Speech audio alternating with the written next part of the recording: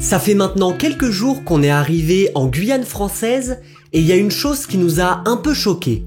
Il n'y a presque aucun touriste. Pourtant, quand on regarde sur une carte, une région française présente sur le continent sud-américain, ça devrait attirer plein de monde. Eh ben non. Alors on a rencontré d'autres touristes, mais c'était très souvent des gens comme nous, qui sont venus ici pour le travail et qui profitent de leur temps libre pour faire un peu de tourisme. Mais de vrais touristes qui sont venus ici uniquement pour visiter la Guyane, ça a l'air d'être assez rare. Pour bien s'en rendre compte, si on compare le tourisme entre la Guyane française et la région PACA, en moyenne, la région PACA va accueillir 13 millions de touristes par an, là où la Guyane en accueillera seulement 100 000 et qui seront principalement des touristes d'affaires. Alors bien évidemment, le fait que 96% du territoire guyanais soit recouvert de forêts, ça peut expliquer cet écart, mais c'est pas la seule raison qui fait que la Guyane attire si peu de touristes. La première raison, c'est que pour beaucoup de métropolitains, la Guyane ça fait peur. Et oui, c'est vrai qu'ici, on a un peu l'impression que les insectes sont sous stéroïdes, et si vous allez faire un tour dans la forêt, oui, vous allez sûrement rencontrer des serpents ou des grosses araignées. De toute façon, il a dit que ça sautait, hein. Mais ça, on en parlera plus en détail la semaine prochaine, parce qu'on vient juste de passer 24 heures au milieu de la forêt, et vous allez voir, c'était une sacrée expérience. Ensuite, la Guyane a pas mal de concurrence avec d'autres régions d'outre-mer. Et pour beaucoup de personnes, s'il faut choisir entre les plages et paysages paradisiaques de la Guadeloupe-Martinique ou l'eau un peu marron de la Guyane, le choix est vite fait. Mais bon, ça à la limite, c'est des choses qui vont surtout faire peur aux Français métropolitains. Et on pourrait se dire que la Guyane pourrait plutôt essayer d'attirer des touristes des autres pays d'Amérique. Alors oui, en Amérique du Sud, certains pays n'ont clairement pas le même pouvoir d'achat qu'en Europe. Mais des pays comme le Chili, l'Uruguay, le Brésil ou même les USA qui ne sont pas si loin ont clairement les moyens de se payer un tel voyage. Mais là encore, vous allez voir qu'il y a un très gros problème. Parce que venir en Guyane depuis Paris, c'est très simple. Il y a un vol direct par jour. Par contre, venir en Guyane depuis un pays d'Amérique, vous allez voir que c'est très vite l'enfer. Donc nous, c'est simple. On va partir d'Iguazu au Brésil pour rejoindre la Guyane. Donc on peut se dire que le Brésil, c'est un pays frontalier avec la Guyane, donc ça devrait pas être trop compliqué d'y aller en avion. À Iguazu, on est à peu près à 3000 km de la Guyane. Donc c'est un peu comme si quelqu'un faisait un trajet Marrakech-Cracovie et en regardant sur internet, avec une escale, il y en a pour à peu près 7 heures de trajet. Du coup, je vous propose un petit jeu. Mettez en commentaire combien de temps vous pensez que notre trajet va durer. Sachant que pour optimiser le trajet et qu'il dure le moins longtemps possible, on a pris le seul vol qui relie la Guyane au Brésil de la semaine. Car oui, par semaine, il n'y a qu'un seul vol qui relie les deux pays. Et je pense même que c'est le seul vol de la semaine qui relie la Guyane à un autre pays d'Amérique. Car si vous regardez les vols qui partent ou arrivent en Guyane, c'est soit des vols intérieurs, ou sinon des vols qui vont à Paris ou en Martinique. Donc en gros, si vous habitez en Amérique et que vous voulez venir en Guyane, il faudra soit prendre le seul vol de la semaine qui relie le Brésil à la Guyane, vol qui d'ailleurs est parfois supprimé à certaines périodes de l'année, ou sinon faudra passer par la Martinique. Ou si vous êtes vraiment très motivé, vous pouvez aussi arriver à l'aéroport du Suriname, pays frontalier à la Guyane, ensuite prendre un taxi pendant 2 heures qui vous emmènera à la frontière, passer la frontière en tant que piéton, prendre un ferry pour traverser le fleuve et reprendre un taxi pendant 2 heures pour vous emmener à Kourou. Donc là aussi, une belle aventure. Bon allez, on s'apprête à partir là pour notre voyage de l'enfer. Donc ce qu'on va faire, c'est qu'on va faire un petit jeu en brine. On va mettre un petit chronomètre pour voir combien de temps ça nous aura pris de faire les chutes d'Iguazu jusqu'à Kourou en Guyane française. Et j'en suis sûr que quelqu'un qui serait parti de France, il aurait été beaucoup plus rapide que nous. Parce que là, on est parti pour beaucoup d'attentes dans les aéroports. Allez, c'est parti! Donc première étape, aller déposer le van dans un lieu sécurisé. Et ça, pour le coup, c'était très simple. On abandonne notre petit van pour une dizaine de jours. On a trouvé un parking sécurisé juste à côté de l'aéroport. Donc il va rester avec ses copains et copines voiture. Ce qui est bien, on n'avait pas vu, mais il est protégé de la pluie. Et en ce moment, il pleut quand même pas mal. Donc il sera au moins protégé de la pluie déjà. Et ça coûte combien? Je crois que ça coûte quand même 5 ou 6 euros par jour. Et là, normalement, eux, ils devraient nous emmener à l'aéroport. On est ensuite rentré dans l'aéroport d'Iguazu pour prendre notre premier vol. Et comme on était en avance, j'en ai profité pour faire un peu de montage.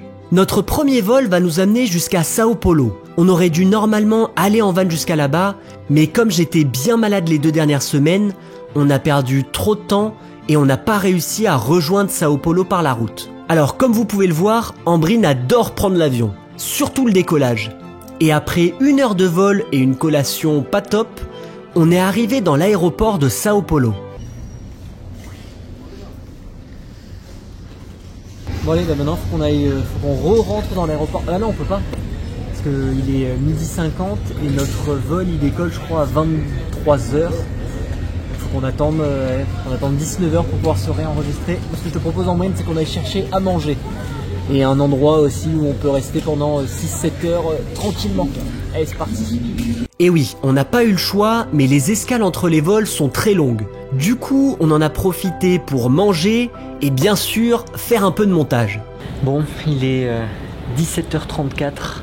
Ça fait quoi? Ça fait 4 heures là qu'on est arrivé dans cet aéroport, dans l'aéroport de Sao Paulo. Ça fait 9h43 qu'on est parti de notre petit camping. Je vous avoue qu'on commence un petit peu à s'ennuyer. Et le deuxième vol nous fait un petit peu peur parce qu'il décolle à 22h50 et après il arrive à 2h50 du matin à Belém. Et après je crois que c'est de notre prochain vol pour aller en Guyane. Il décolle à 8 ou 9h du matin. Donc ça veut dire qu'on va devoir errer encore dans l'aéroport pendant 6-7 heures. Donc c'est vraiment pas le trajet le plus agréable. Mais bon, allez, on continue à attendre. Vers 19h, on a pu aller enregistrer de nouveau notre bagage en soute. Parce que oui, évidemment, chaque vol est fait avec une compagnie aérienne différente, ce qui nous oblige à chaque fois à ressortir de l'aéroport. Et pour nos dernières heures d'attente, retour au restaurant pour manger un petit quelque chose, encore un peu de montage pour Damien et une petite sieste pour Ambrine. Puis retour dans un avion au plus grand plaisir d'Ambrine et après 2h50 de vol, on récupère de nouveau notre valise et c'est maintenant que le plus difficile commence. Bon, maintenant c'est la partie difficile parce qu'il est 3h du matin, ça fait presque 20h qu'on est parti et là notre vol il décolle à 9h50. Donc on a 4-5 heures à attendre et à rien faire et on peut pas encore enregistrer les bagages et aller dans la zone pour attendre. Donc il faut qu'on arrive à se trouver un petit endroit dans l'aéroport où on peut patienter pendant 4 heures quoi. Voilà la solution que nous avons trouvée. On va essayer de dormir là un petit peu. On est bien là Ambrine. On va bien dormir pendant 4 heures là. Vraiment, on va bien dormir. On résiste en vrai parce que juste en face de nous il y a un truc où tu peux dormir un peu à l'heure. Et les cabines elles avaient l'air un peu glauques, donc on se dit qu'on sera peut-être mieux là. One eternity later. Bon, on a fini notre mini-nuit. Alors ça a été très très court. Je pense que j'ai réussi à dormir 40 minutes. Ambrine elle a dû dormir peut-être 50 minutes. Et là on est en train d'attendre pour le dernier vol. Et c'est marrant parce que Air France, là pour aller en Guyane, c'est la première fois qu'on nous demande notre carnet de vaccination contre la fièvre jaune. Donc on s'était dit que ce truc de la fièvre jaune on l'avait fait pour rien parce qu'il n'y avait jamais personne qui nous en avait parlé. Mais là pour aller en Guyane, on était obligé de montrer notre vaccin contre la fièvre jaune. Et ensuite, c'est parti pour notre dernier vol. Enfin, pas exactement. Expliquer que le vol il a eu plus d'1 heure de retard parce qu'apparemment la tour de contrôle ne parle pas anglais, le pilote ne parle pas brésilien et du coup ils n'arrivent pas à se comprendre et on part pas. Alors oui, malheureusement, le pilote de l'avion d'Air France et la tour de contrôle du Brésil avaient oublié d'installer Google Traduction sur leur téléphone et ils n'arrivaient pas à communiquer entre eux. Mais après une petite heure d'attente, on a pu enfin décoller pour notre dernière étape, la Guyane. Bon bah c'est bon, on l'a fait, on est arrivé dans notre petit Airbnb. Alors on n'a pas filmé quand on est arrivé à l'aéroport de Cayenne parce que c'était un peu le bordel. On a dû prendre un taxi, après on a dû prendre un genre de taxi groupé avec d'autres personnes. Le mec il nous a fait tourner dans tout Cayenne pendant une demi-heure avant de commencer vraiment à rouler jusqu'à Kourou. Donc c'était un sacré trajet quand même pour venir jusque là. On a pris un bus. On a pris un bus aussi, oui. C'était vraiment, quand on est arrivé à Cayenne, ça a été vraiment le bordel. Du coup, Ambrine, tu penses qu'on a mis combien de temps pour faire de notre camping au Airbnb? Je sais, tu l'as dit. À combien? 31 heures. Ouais. 31 heures et 12 minutes. Donc oui, 31 heures pour arriver en Guyane, c'est un peu long. Mais c'est bon, on y est, et je vous avoue qu'on était quand même content de se dire qu'on allait passer quelques jours dans un Airbnb, que ça allait nous changer un petit peu du van. Bon alors on a été un petit peu déçus quand on nous a dit que au final il y aurait pas d'eau chaude dans la douche. Et surtout dans ce Airbnb, il y a un toilette qui, vous allez voir, je pense qu'il a été fait pour tester à quel point votre couple est solide. Donc vas-y, si Ambrine se met dans le lit, vas-y Ambrine va te mettre dans le lit. Parce que regardez, alors Ambrine est dans le lit, là moi ma tête, elle est ici normalement. Et les toilettes, ils sont... Attention, voilà. Donc dans ce Airbnb, si vous voulez, vous pouvez aller aux toilettes et avoir une vue directe avec la personne qui est dans le lit ou en train de dormir. Ou sinon, il y a quand même une petite porte, hein. Mais ils ont quand même prévu le coup, vu qu'ils ont laissé une petite ouverture pour qu'on puisse quand même continuer à s'observer l'un l'autre quand on est dans les toilettes. Donc bon, on pensait gagner un petit peu en intimité avec ce Airbnb, mais au final, en vrai, dans notre van, on a une porte, et ici, on n'a pas de porte. Bon, mais je vous rassure, comme on est en Guyane, on va quand même en profiter pour faire un petit peu de tourisme, et d'ailleurs, c'est ce qu'on va aller faire de suite. On va aller visiter les îles du Salut. Alors, je sais pas trop à quoi m'attendre, mais apparemment, c'est vraiment un truc incontournable à faire en Guyane. Du coup, Ambrine, c'est parti pour les îles du Salut. Bon allez, c'est le grand jour, direction les îles du Salut. Alors, comme vous pouvez le voir, on a vraiment choisi le jour idéal pour faire ça. Parce que oui, la Guyane, ce qui fait peur à beaucoup de personnes aussi, c'est le temps, l'humidité et la pluie.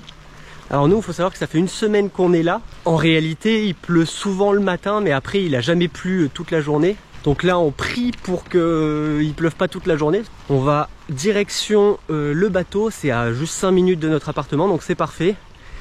Et ah non mais regardez, il y a un peu les nuages, on dirait que les nuages se calment là-bas des jambes. Mais oui Ambrine, c'est bon.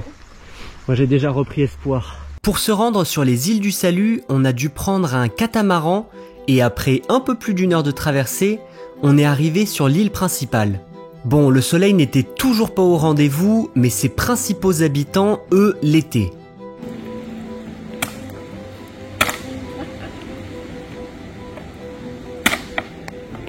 Il faut vraiment l'ouvrir. Bon, trouver les singes, ça n'aura pas été compliqué. Par contre, on nous a dit de faire attention quand même, parce qu'ils mordent. Et ils essayent un peu de voler si on a de la nourriture. Et oui, si vous venez sur ces îles, vous aurez l'occasion de voir beaucoup de singes, mais aussi d'autres animaux comme des paons, des tortues de mer, ou ces genres de gros rongeurs dont j'ai complètement oublié le nom. Alors Ambrine, ça se passe bien cette visite? C'est un peu chiant, la pluie. La pluie s'intensifie petit à petit. Dans l'après-midi, le soleil est arrivé, ce qui nous a permis de nous baigner sur une des plages de l'île. On peut pas dire qu'on a eu une eau bleu turquoise, mais on peut se baigner au moins, c'est déjà ça. Alors je précise que la plus belle plage se trouve sur une autre des îles, mais on n'a pas pu y aller. Bon c'est bon, on a quitté les îles du Salut, retour à Kourou. Et les îles du Salut c'était super beau, je pense que si vous venez en Guyane, c'est vraiment un truc, c'est un incontournable, faut le faire. Après, j'irai pas conseiller non plus quelqu'un de venir en Guyane spécialement pour faire ça. C'est beau, mais pas, on va dire, pas à ce point-là.